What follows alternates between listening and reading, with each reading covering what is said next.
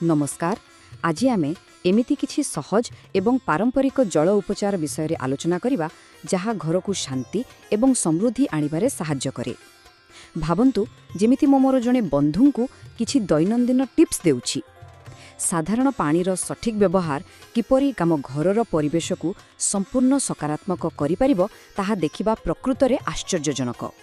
आजिर मुख्य विषय वस्तु उपरे टिके नजर पकाइबा। प्रथम घरर शक्ति को संतुलित करिबा, द्वितीय आवश्यक सामग्री, तृतीय दैनंदिन जल उपचार, चतुर्थ गुरुवार एवं शुक्रवार विशेष नियम एवं शेषरे एक दैनंदिन नियमावली चेकलिस्ट।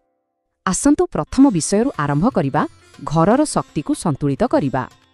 आम समस्तक जीवन में एमिति गले समय आसे जेतेबेले लागे जेमिति सबु रास्ता बंद हो जाइछि, निराशा घेरी रहुछि बा सफलता मिलो नाही। किंतु आश्चर्यर कथा हेउछि मूल तथ्य अनुजाई एही साधारण उपचार गुड़िक मात्र 7 दिन भितर एक बड़ धरणर परिवर्तन आनिपारे। एहा बंद हेबा भाग्यर द्वार खोलिबारे प्रकृति बहुत साहाय्य करिथाए। वर्तमान देखिबा द्वितीय विषय, एथिपाई केउ सबु सामग्री दरकार। देखंतु एथिपाई बाजार रो कोनोसी दामी जिनिस आनिबाको पड़िबनी।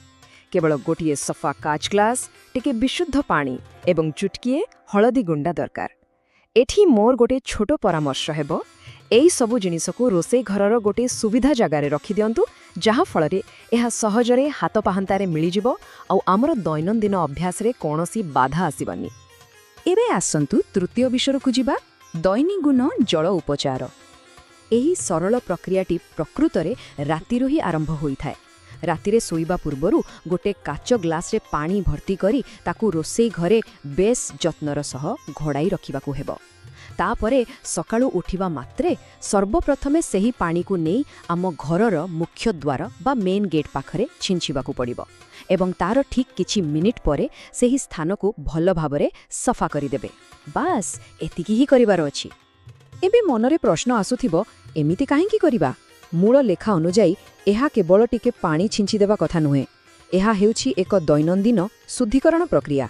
एमिति कले आम घरर मुख्य प्रवेश पथरु सबु प्रकारर नकारात्मक शक्ति बा नजर दोष संपूर्ण रूपे दूर होई जाए एवं घरे एक सुंदर सकारात्मक परिवेश सृष्टि हुए। आगुको बढ़िबा एवं चतुर्थ विषय उपरे नजर पकाइबा, गुरुवार एवं शुक्रवारर विशेष नियम।